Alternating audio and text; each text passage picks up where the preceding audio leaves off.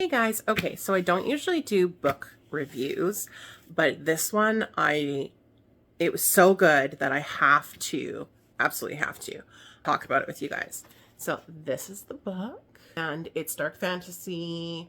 If you like anything from like Jennifer, I always say her name wrong, Armentrout, or Sarah J. Maas. This is very much like that, but it has such an interesting twist to it that it makes it so amazing. Like I have probably over 100 dark fantasy books and series, and I just happened to pick this one off of Amazon, and I'll kind of give you, without spoiling it, a bit of a description. Let me just show you the inside too.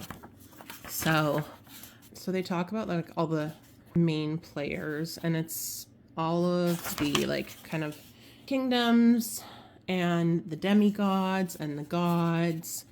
And then they have legacies and fae. And here's, the map that you get in most of the books.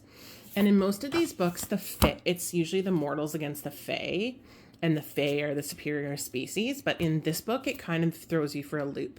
And the fae are the ones who are the lesser kind of species to the legacy. So let me just give you a little description here. So it says, a world the gods forgot. Of all the worlds and life they created, the gods favored their children the most. But with that favor came the fear that their legacy would one day become too powerful and overthrow them. Devram was created, the realm hidden among the stars. The gods gave their legacy the best of all the worlds, and then they left. A sworn agreement to never return, to never interfere. Forced to a life of servitude, the fae are required to provide for their legacy in more ways than one. Every 5 years, the eligible fae are gathered for the selection and assigned to serve in one of the 6 kingdoms. To be chosen as a personal source for a kingdom heir is the greatest honor.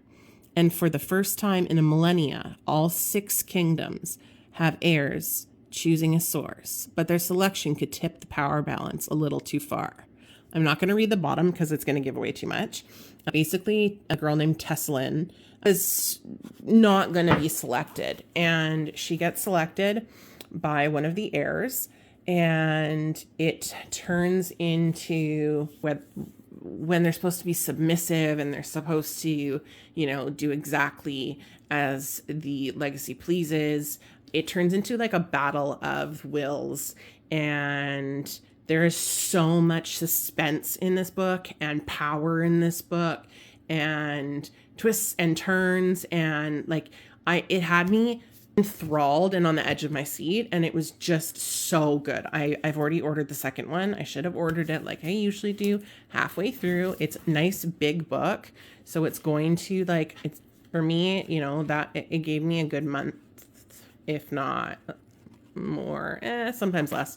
But this one, I usually read when my son's playing, so it's a good thick book, so you're not gonna be buying 100 of them to get through a series. It's one of 4 or 5, I think. But if you like dark fantasy, kind of fae, witches, powerful with dark beings, this is your book. If you like books kind of like this, then you'll love. If you've ever read Helen Schur's books, Out in Ruins, this is also amazing. That's book 2. I will show you guys all these books later, but I have tons of books to show you guys. I'm kind of excited because I never really do book stuff, and I've had some really amazing series lately. So this is a must read. Go to Amazon and order it. I might also have it at Chapters. I'm not 100% sure, but this is a must read if you are into dark fantasy and you want something that's a little bit different than, the girl who's trying to become powerful and meets the guy and, falls in love. This one is different, and I highly recommend it.